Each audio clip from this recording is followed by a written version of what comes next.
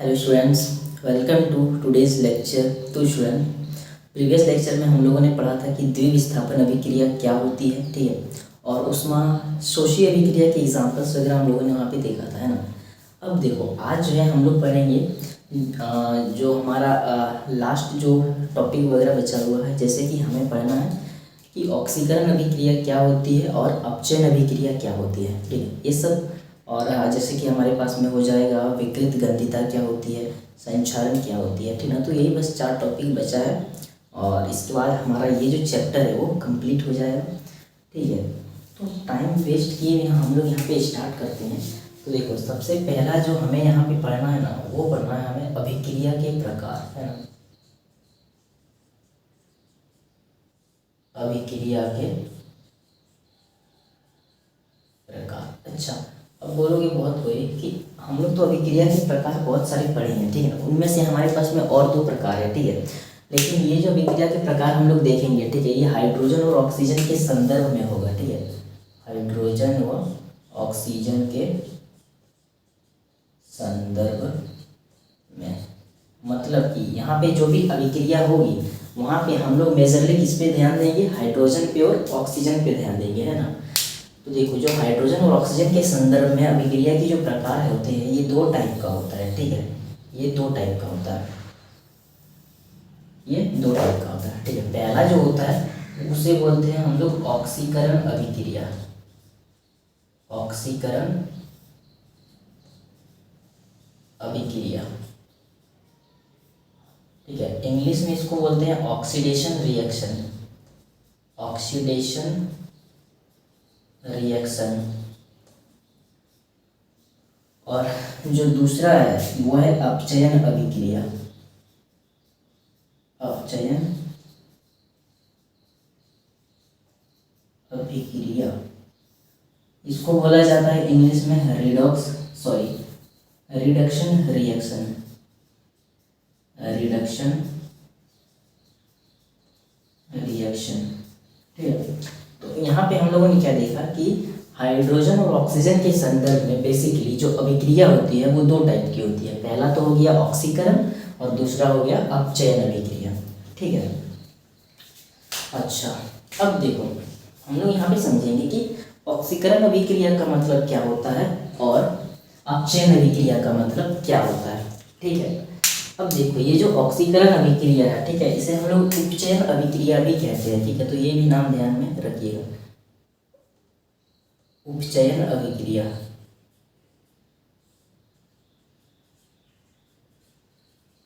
है ना।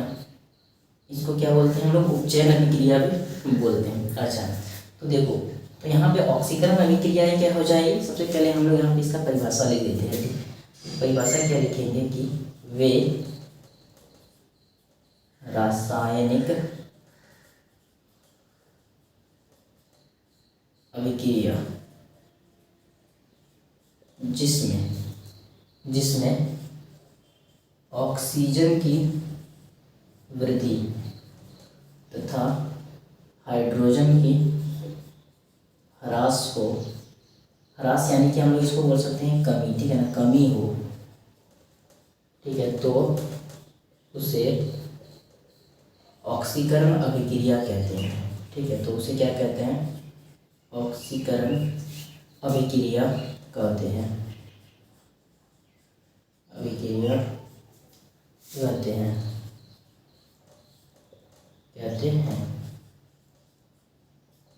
ठीक। क्या बोला मैंने कि वो रासायनिक अभिक्रिया जिसमें ऑक्सीजन की क्या होगी, वृद्धि होगी, ठीक है। ऑक्सीजन का वृद्धि होगा और हाइड्रोजन का कमी होगा, ठीक है। तो उसे हम लोग क्या बोलते हैं, ऑक्सीकरण अभिक्रिया, ठीक है। तो अगर हम लोग इसके उदाहरण देखें, है ना, कि ऑक्सीकरण अभिक्रिया के क्या एग्जाम्पल्स हो जाएंगे। तो देखो, जैसे कि मैंने यहाँ पे एक एग्जाम्पल ले लिया है, मैं एग्जाम्पल यहाँ पे ले रहा हूँ कि जैसे कि मैंने यहाँ पे ले लिया कॉपर प्लस O2, ठीक है। तो इससे जो है क्या बनता है, इससे बनता है कॉपर ऑक्साइड CO, ठीक है। अब देखो, कॉपर लिया, O2 लिया, बन गया क्या, कॉपर ऑक्साइड, ठीक है ना। अब हमको पता है कि कोई भी रिएक्शन तभी सही होगा जब वो क्या हो, बैलेंस हो, है ना। तो यहाँ पे रिएक्शन देखने को मिलता है कि बैलेंस्ड नहीं। तो सबसे पहले तो हम लोग यहाँ पे इस रिएक्शन को बैलेंस्ड कर देते हैं। ऑक्सीजन यहाँ पे 2 है तो यहाँ 2 लगा दिया, कॉपर 2 हो गया तो यहाँ पे क्या किया, 2 लगा दिया, ठीक है। तो अब देखो यहाँ पे अगर हम लोग कॉपर को ध्यान से देखें, ठीक है ना, कॉपर को ध्यान से देखें तो अभिकारक में जो कॉपर है और उत्पाद में जो कॉपर है उसमें डिफरेंस क्या है भाई। तो देखो यहाँ पे कॉपर के पास ऑक्सीजन नहीं था, लेकिन यहाँ कॉपर के पास क्या आ गया, ऑक्सीजन आ गया। मतलब कहीं ना कहीं कॉपर में क्या हुआ है, ऑक्सीजन का वृद्धि हुआ। कॉपर में क्या हुआ, ऑक्सीजन का वृद्धि हुआ।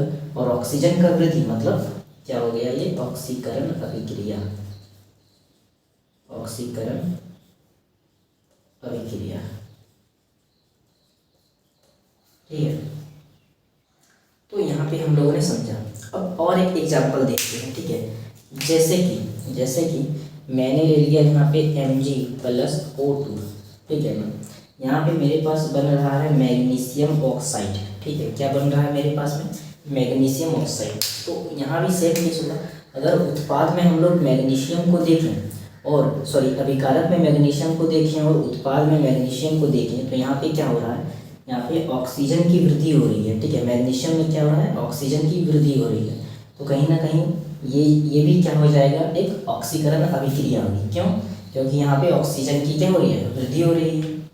अच्छा, ऐसा भी हम लोग जो है ना आगे देखेंगे रिएक्शन जहाँ पे हाइड्रोजन कम होगा, ठीक है ना। और तो उससे भी हम लोग यहाँ पे पता कर पाएंगे, है ना। फिलहाल हम लोग यहाँ पे देखते हैं अपचयन अभिक्रिया। आई होप आप लोगों ने इसको समझा होगा, ठीक है। आगे रिएक्शन हम लोग यहाँ जब देखेंगे तो ये और डिटेल में समझ में आएगा। तो अब हम लोगों को यहाँ पे देखना है कि अपचयन अभिक्रिया क्या होती है। अपचयन अभिक्रिया क्या होती है, तो इसके बारे में हम लोग क्या लिखेंगे, हम लोग यहाँ पे लिखेंगे कि वे रासायनिक अभिक्रिया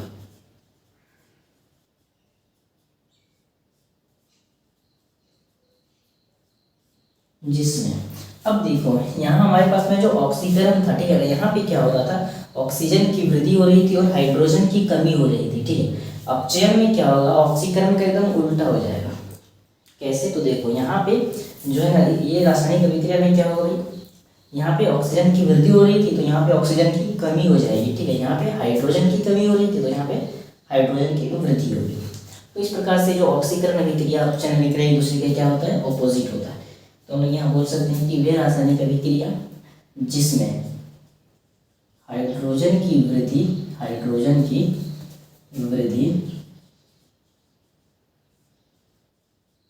तथा ऑक्सीजन की कमी हो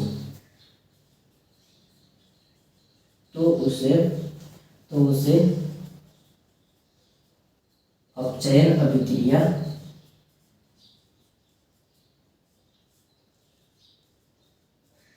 करते हैं, हाँ। तो उसे क्या कहते हैं, अपचयन अभिक्रिया कहते हैं। क्या बोला, जिसमें हाइड्रोजन की वृद्धि हो और ऑक्सीजन की कमी हो, ठीक है। अगर हम लोग एग्जाम्पल देखें तो देखो यहाँ पे जैसे कि मैंने लिया मैग्नीशियम ऑक्साइड, है ना। मैंने यहाँ पे क्या ले लिया, मैग्नीशियम ऑक्साइड लिया। अब ये जो है ये क्या होता है कि ये 2 Mg और O2 में टूट गया, है ना, टूट गया। तो यहाँ पे हमको क्या देखने को मिल रहा है कि अभिकारक में अगर मैग्नीशियम को देखें और उत्पाद में अगर मैग्नीशियम को देखें तो यहाँ पे क्या होगा, देखो पहले तो मैग्नीशियम के पास ऑक्सीजन था, लेकिन जब अभिक्रिया हुई तो उसके बाद मैग्नीशियम के पास ऑक्सीजन नहीं है। मतलब कहीं ना कहीं यहाँ ऑक्सीजन क्या हो रहा है, डिक्रीज हो रहा है। मतलब ऑक्सीजन की कमी हो रही है ना, पहले था अब नहीं है, मतलब ऑक्सीजन कम हो रहा है। अब देखो ऑक्सीजन की कमी या फिर हाइड्रोजन की वृद्धि, तो ये क्या होगी, अपचयन अभिक्रिया। मतलब ये क्या हो जाएगा, अपचयन अभिक्रिया, है ना। ये क्या कहलाएगी, अपचयन अभिक्रिया कहलाएगी। अच्छा, इसके अगर एग्जाम्पल्स और होते हैं, हाँ है। तो देखो मैं जैसे एक दूसरा एग्जाम्पल ले रहा हूँ, ठीक है। जैसे कि मैंने ले लिया यहाँ पे CH2 डबल बॉन्ड CH2+H2 ले लिया, ठीक है ना। अब देखो बेसिकली ये जो है ना, ये कार्बन एवं उसके यौगिक वो जो चैप्टर आएगा तब उसमें जो है हम लोग इसको बढ़िया से मतलब बेहतर ढंग से पढ़ेंगे, ठीक है, कि ये क्या होता है। फिलहाल तुम याद रखो ये जो पूरा है, ठीक है, ये जो पूरा इसको हम लोग क्या बोलते हैं, इसका एक नाम है इथीन, ठीक है ना, इथीन। अगर डबल बॉन्ड रहता तो उसको क्या बोलेंगे, यहाँ पे 2 कार्बन डबल बॉन्ड इथीन बोलेंगे। अब देखो जब ये जो है ना हाइड्रोजन के साथ रिएक्शन करता है तो यहाँ पे CH3 बन जाता है। ठीक है, तो देखो अगर इसके पास देखें तो पहले टोटल 4 हाइड्रोजन था, लेकिन अब टोटल कितना 6 हाइड्रोजन हो चुका है। मतलब हाइड्रोजन की यहाँ पे क्या हुई, यहाँ पे अगर देखें तो यहाँ पे हाइड्रोजन की वृद्धि हुई है। अब देखो हाइड्रोजन की वृद्धि या फिर ऑक्सीजन की कमी क्या होगी, अपचयन अभिक्रिया। तो ये क्या हो जाएगी, अपचयन अभिक्रिया हो जाएगी। ठीक है, वो क्या हो जाएगी, अपचयन अभिक्रिया। तो यहाँ पे हम लोगों ने देखा कि ऑक्सीकरण अभिक्रिया क्या होती है और अपचयन अभिक्रिया क्या होती है। उदाहरण लीजिए इसको, इसके बाद जो है हम लोग आगे बढ़ेंगे और फिर देखेंगे कि रेडॉक्स अभिक्रिया क्या होती है।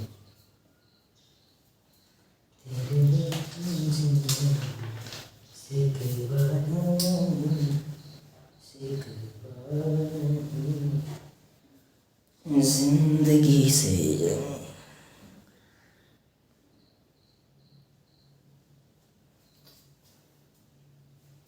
तो चलिए, आई होप आप लोगों ने जो है इसको उतार लिया होगा। अब हम लोग आगे बढ़ते हैं। इसके बाद हम लोग यहाँ पे देखेंगे कि रेडॉक्स रिएक्शन क्या होता है।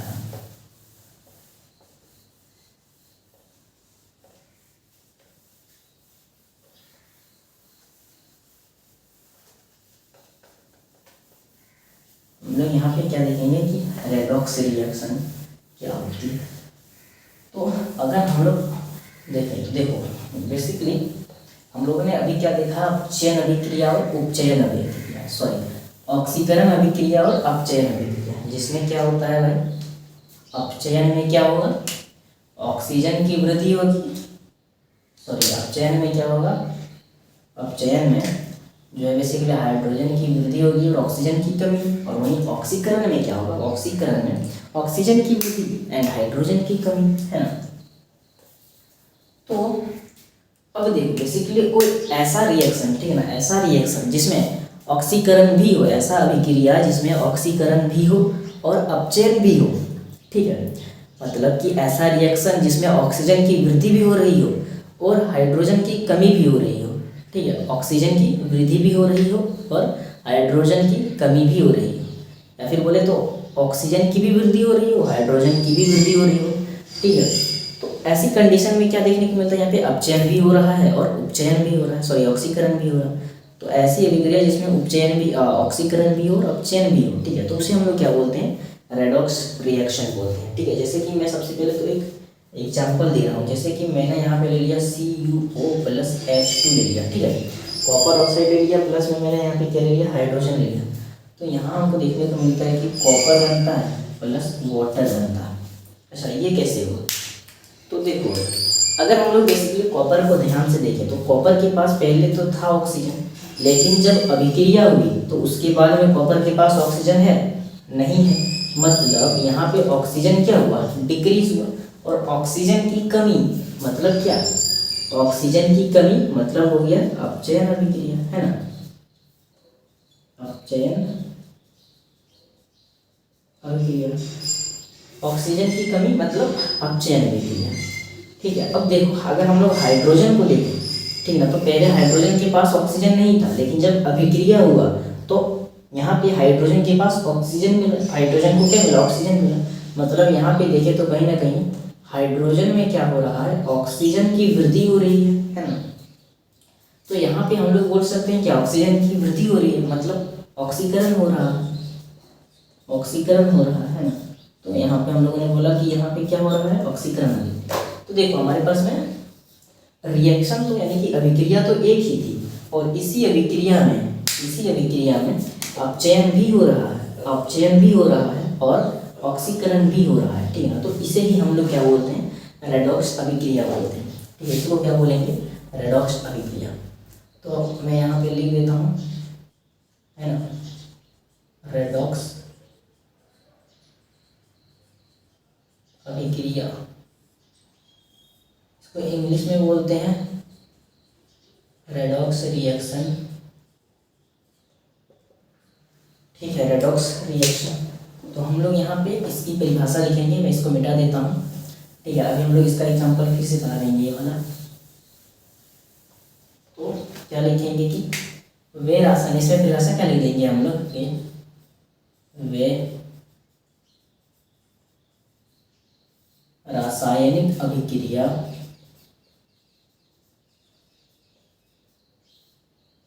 जिसमें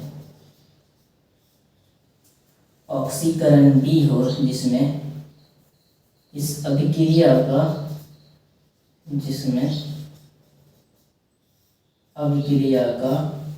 ऑक्सीकरण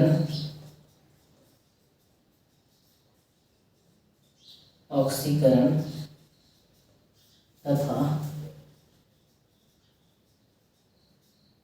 अपचयन दोनों हो तो उसे रेडॉक्स रिएक्शन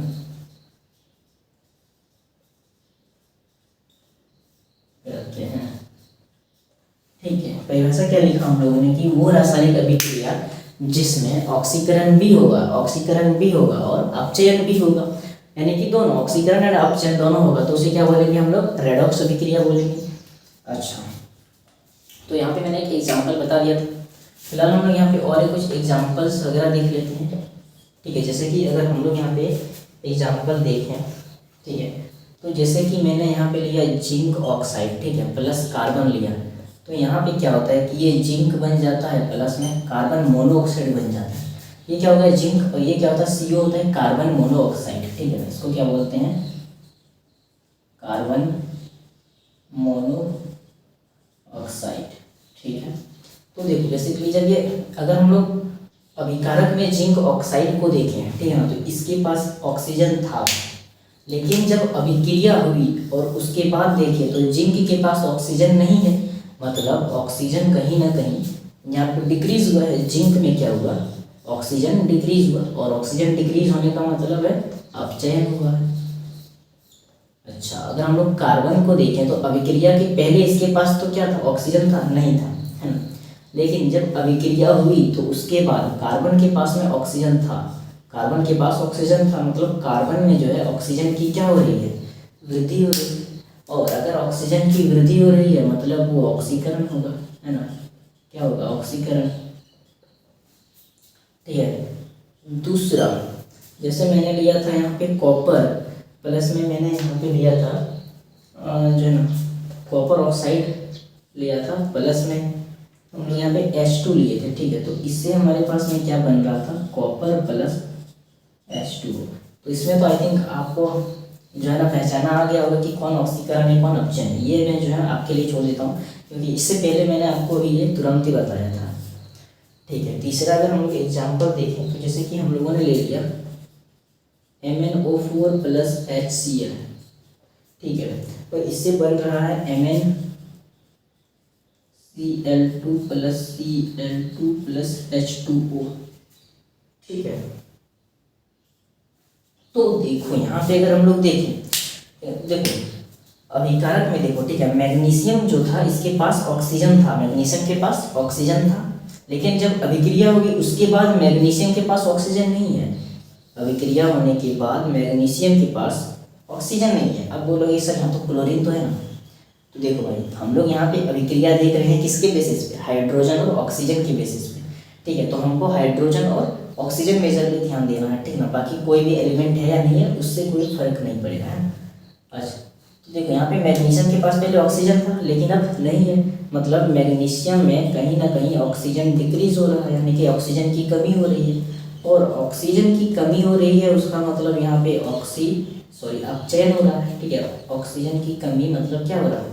अपचयन हो रहा है। ठीक है, अब अगर हम लोग यहाँ पे HCl को देखें, ठीक है, HCl को देखो, अभिक्रिया से पहले अगर देखें हाइड्रोजन के पास ऑक्सीजन नहीं था, हाइड्रोजन के पास यहाँ पे ऑक्सीजन नहीं था। ठीक है, लेकिन जब अभिक्रिया हुई, अच्छा जब अभिक्रिया हुई तो उसके बाद जो है ना हाइड्रोजन के पास ऑक्सीजन आ गया, मतलब हाइड्रोजन में देखें तो ऑक्सीजन की क्या हो रही है? वृद्धि, और ऑक्सीजन की वृद्धि मतलब ऑक्सीकरण, है ना, ऑक्सीकरण। ठीक है, अच्छा तो हम लोगों ने देखा, ठीक है, तो यहाँ पे क्या हो रहा है भाई? देखो अपचयन भी हो रही है और ऑक्सीकरण भी हो रहा है। तो ऐसी जो रिएक्शन होती है, ठीक है, इसे हम लोग क्या बोलेंगे? यहाँ पे रेडॉक्स रिएक्शन बोलते हैं। ठीक है, ठीक है, अच्छा अगर हम लोग रेडॉक्स रिएक्शन देखें, उसको छोड़ दें, ठीक, तो हम लोग यहाँ पे देखेंगे ये जो रिएक्शन है वो और किस टाइप की हो सकती है। ठीक है, तो देखो यहाँ पे अगर हम लोग देखें, जो मैग्नीशियम है, ठीक है ना, ये क्या कर रहा है, हाइड्रोजन को हटा दे रहा है, ठीक है ना, और Cl को ले ले रहा है। मतलब बात करें तो देखो, ऑक्सीजन जो होगा यहाँ पे, मैग्नीशियम ऑक्सीजन को हटा दिया और Cl को ले लिया, मतलब मैग्नीशियम MnCl2 बन गया, मैग्नीशियम क्लोराइड, है ना। और ये जो Cl2 था वो तो रिएक्शन में अलग हुआ और यहाँ पे H2O बना, यानी कि बेसिकली ये विस्थापन अभिक्रिया भी हो जाएगी, ठीक है ना, क्योंकि यहाँ पे देखो एक बार विस्थापन हो रहा है, मैग्नीशियम यहाँ से ऑक्सीजन को हटा दिया और इसकी जगह क्लोरीन को ले आया है, तो विस्थापन अभिक्रिया हो, ठीक है। सेम उसी तरह से ये भी जो होगा विस्थापन अभिक्रिया हो जाएगी और ये भी विस्थापन अभिक्रिया के भी उदाहरण हो जाएंगे, ठीक है। तो यहाँ पे हम लोगों ने देखा कि रेडॉक्स रिएक्शन क्या होती है। अब हम लोग आगे बढ़ते हैं, इसको उतारना चाहे तो उतार लीजिए, 1 मिनट का टाइम है।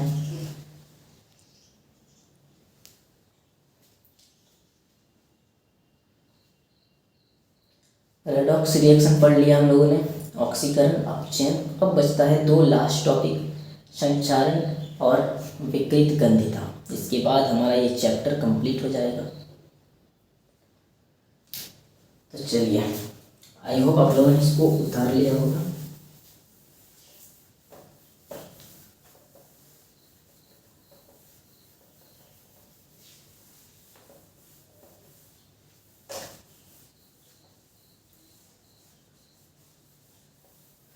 यहाँ पे हम लोग पढ़ेंगे कि संचारण क्या होती है, ठीक है। संचारण,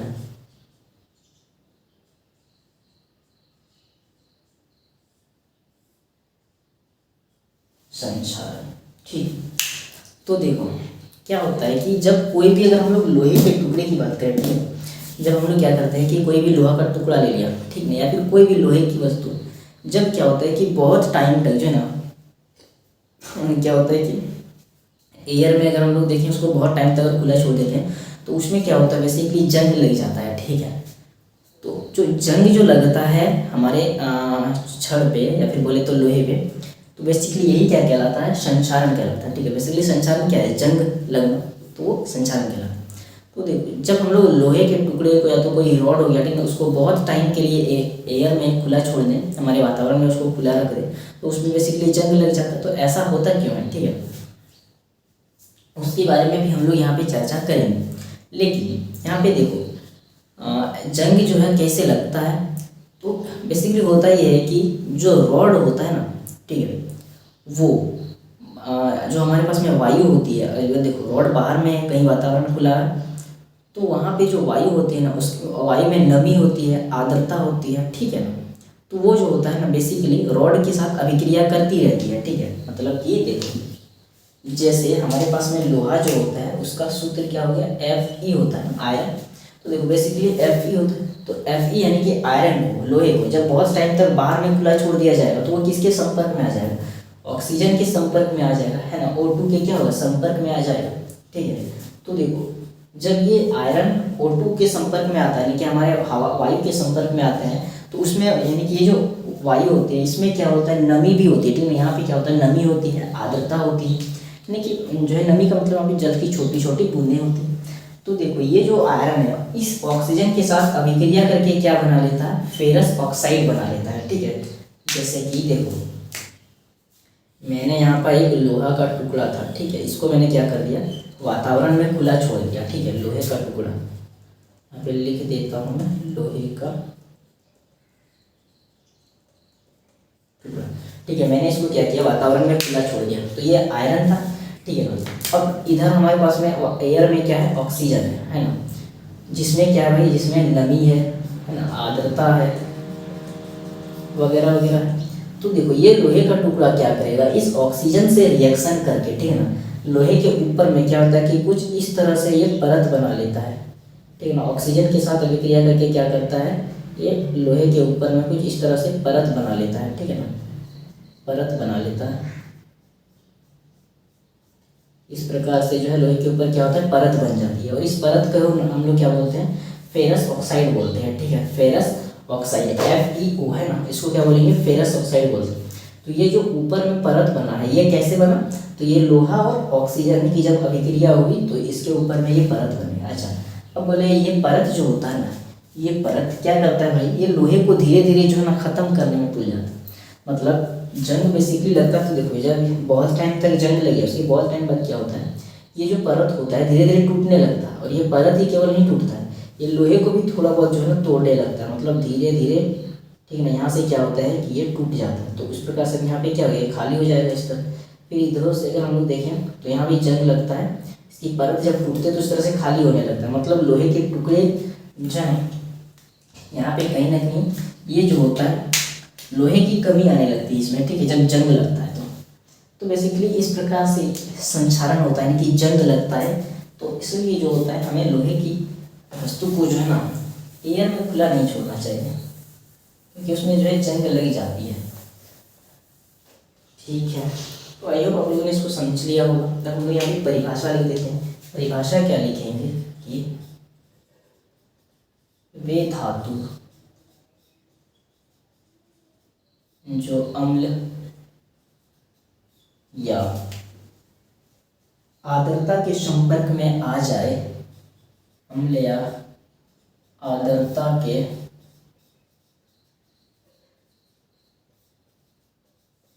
संपर्क में आ जाए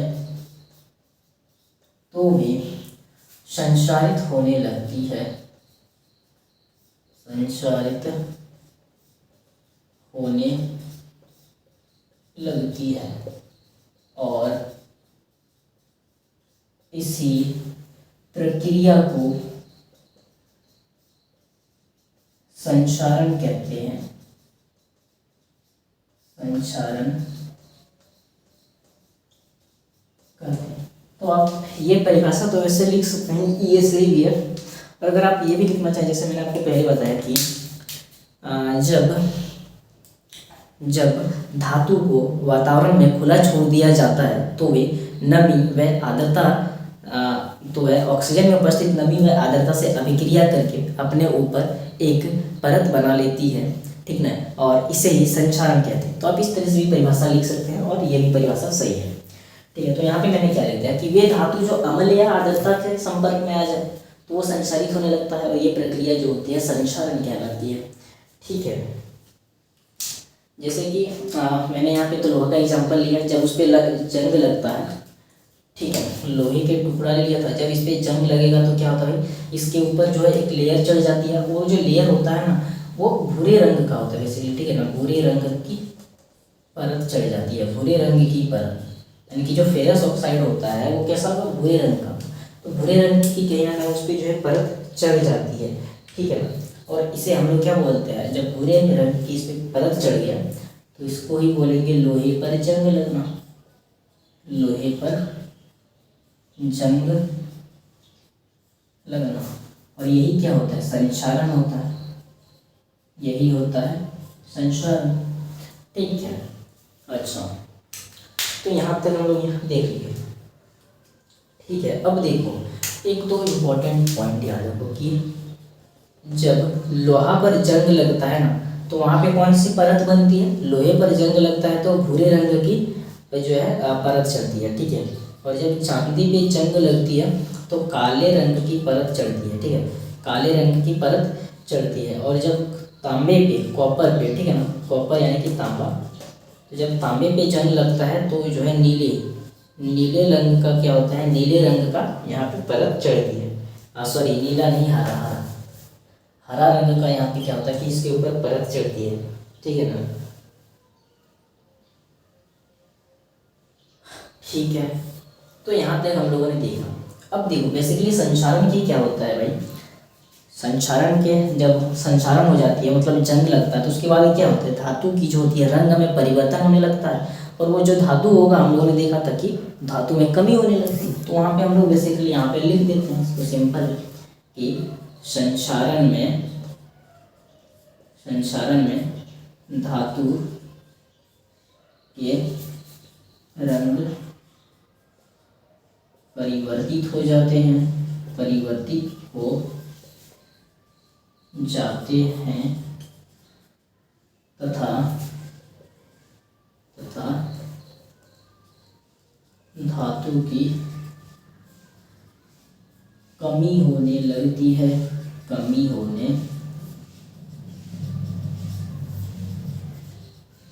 लगती है। तो यहाँ पे क्या बोला कि संक्षारण में क्या होता है, धातु के रंग जो होते हैं वो परिवर्तित हो जाता है और फिर क्या होने लगता है कि धातु में जो है कमी होने लगती है, तो ये जो है संक्षारण कहलाता है। ठीक है, तो हम लोगों ने यहाँ पे देख लिया संक्षारण। अब एक लास्ट टॉपिक हम लोग का बच गया जो कि है विकृत गंधिता। तो आप इसको उतार लीजिए, है ना, तब तक हम लोग टाइम दे रहे हैं आपको।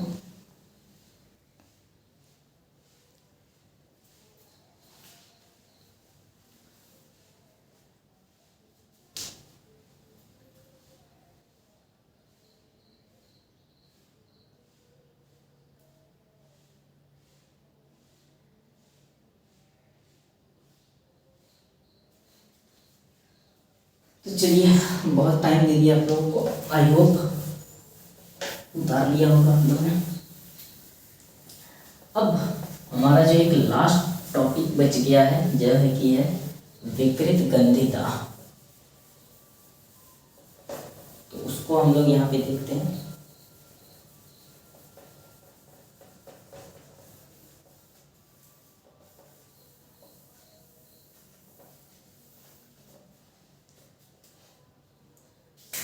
विकृत गंधिता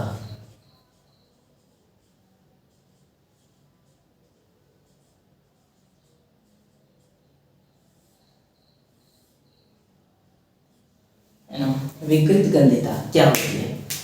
ठीक है, तो देखो बेसिकली क्या होता है कि जब हम लोग जो खाने वाला पदार्थ होता है, यानी कि उसको हम लोग क्या बोलेंगे, खाद्य पदार्थ, तो जो वसायुक्त, ठीक है ना, और तेलमय जो खाद्य पदार्थ होता है, ठीक है, मतलब ऐसा पदार्थ जिसमें तेल की मात्रा यानी कि क्वांटिटी ज़्यादा हो, है ना, उसमें फैट ज़्यादा हो, तो ऐसे खाद्य पदार्थ को हम लोग क्या करते हैं, जब बहुत टाइम तक हम वायु में खुला छोड़ देते हैं, ठीक ना, एयर में खुला छोड़ देते हैं, तो क्या होता है कि वो जो है ना खाद्य पदार्थ क्या होता है, धीरे धीरे गंध देने लगता है ना। या फिर देखें तो उस पर छोटा छोटा जो है ना सफ़ेद वाइट जो है ना सफ़ेद उस पर जो है फफूंद की तरह उसमें आने लगता है। तो बेसिकली यही जो होता है वो विकृत गंधिता कहलाते हैं। क्या बोला हम लोगों ने कि जब कोई भी, ठीक है, जो तेल युक्त या फिर वसा युक्त जो खाद्य पदार्थ होता है, तो उसको हम लोग जब बहुत टाइम तक वातावरण में खुला छोड़ देते हैं, तो ठीक है ना, तो उससे गंध आने लगती है ना, या फिर बोले तो उसमें जो है ना फफूंद टाइप का होने लगता है, और यही जो है बेसिकली विकृत गंधिता कहलाती है। ठीक है, तो हम लोग यहाँ पे इसके बारे में परिभाषा लिख देते हैं क्या कि जब, अच्छा ये पेन खत्म हो चुका है, इसको क्या लिखेंगे कि जब किसी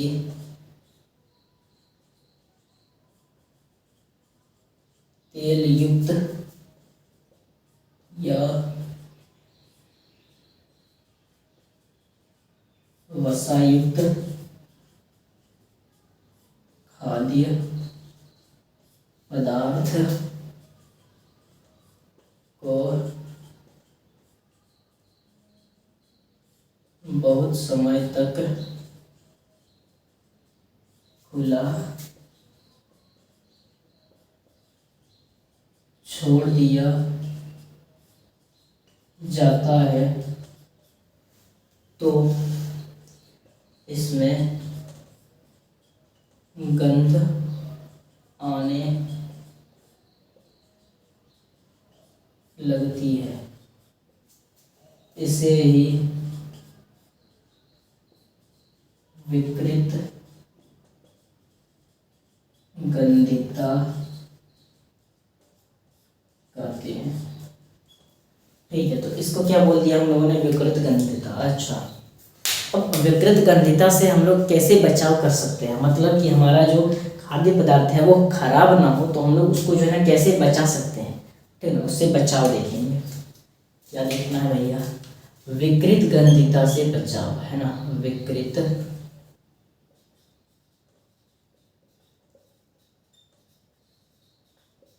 गंधिता से बचाव, विकृत गंधिता से बचाव कैसे करेंगे, ठीक है ना। तो उसके लिए जो है ना सबसे पहला तो हम लोग यहाँ पे ये कर सकते हैं कि हम लोग प्रति ऑक्सीकारक का उपयोग कर सकते हैं। क्या कर सकते हैं, प्रति ऑक्सीकारक का ये प्रतिऑक्सी कारक क्या होता है, ठीक है। तो देखो जैसे कि अगर हम लोग जैसे कि अगर क्या बोलते हैं उसको, पैकेट वाला कोई भी सामान है, जैसे कि चिप्स की बात करते हैं, ठीक है ना। जैसे कि मैंने यहाँ पे क्या किया भैया, चिप्स ले लिया, ठीक है। क्या कर दिया मैंने, चिप्स ले लिया। देखो ये हमारे पास में क्या है भाई, चिप्स का एक पैकेट है, ठीक है। क्या है, चिप्स का एक पैकेट है, ठीक है।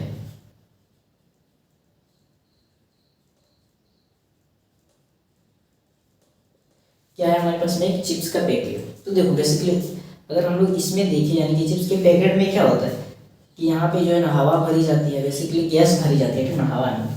तो यहाँ पे अगर बात करते हैं तो इसमें जो अभी हवा भरी जाती है, ठीक है, वो क्या होती है भाई, कौन सी होती है, नाइट्रोजन होती है, ठीक है। नाइट्रोजन गैस भरी जाती है, हाँ। चिप्स के पैकेट में जो उतना बड़ा फूला हुआ रहता है तो उसमें क्या होता है भाई, बेसिकली नाइट्रोजन गैस उसमें भरी जाती है, ठीक है। तो नाइट्रोजन गैस ये सुनने क्यों भरा चिप्स के पैकेट में, तो देखो अगर हम लोग चिप्स के पैकेट में ऑक्सीजन भरते, ठीक है ना, मान लेते हैं कि अगर हम लोग ऑक्सीजन गैस भरते चिप्स के पैकेट में, तो वो जो चिप्स जो खाद्य पदार्थ है वो कहीं ना कहीं ऑक्सीजन के साथ अभिक्रिया करता है, और वो तो अंदर ही अंदर खराब हो जाता है ना, मतलब पैकेट के अंदर ही वो खराब हो जाता है।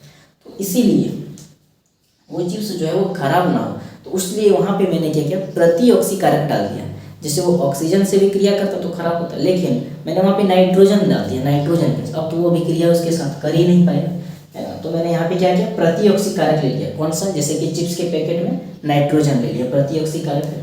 तो इस प्रकार से इसका उपयोग कर सकते हैं, ठीक है, प्रतिऑक्सी कारक का। दूसरा देखो, दूसरा हम लोग क्या कर सकते हैं, इसको वायुरोधी बर्तनों में रख सकते हैं, वायुरोधी बर्तनों में रख सकते हैं। यानी कि जो भी हमारा खाद्य पदार्थ होगा हम लोग उसको वायुरोधी बर्तनों में रख सकते हैं। इसका क्या मतलब हुआ, तो देखो ऐसे बर्तन जिसमें ऑक्सीजन जो है ना उसके अंदर ना जा सके, बर्तन के अंदर। जैसे मैंने कोई टिफिन बॉक्स लिया, ठीक है ना, उसको अगर मैं पूरी तरह से टाइट कर दूंगा तो क्या उसके अंदर हवा जा पाएगी, क्या एयर जा पाएगी, नहीं जा पाएगी। तो और अगर उसमें हम लोग कोई भी खाद्य पदार्थ रखेंगे तो वो खराब नहीं होगा, उसका मतलब, है ना। तो इस प्रकार से हम लोग यहाँ पे वायुरोधी बर्तनों का उपयोग कर सकते हैं, प्रतिऑक्सी कारक का उपयोग कर सकते हैं, और यही जो है हमारे पास में अभिकृत कर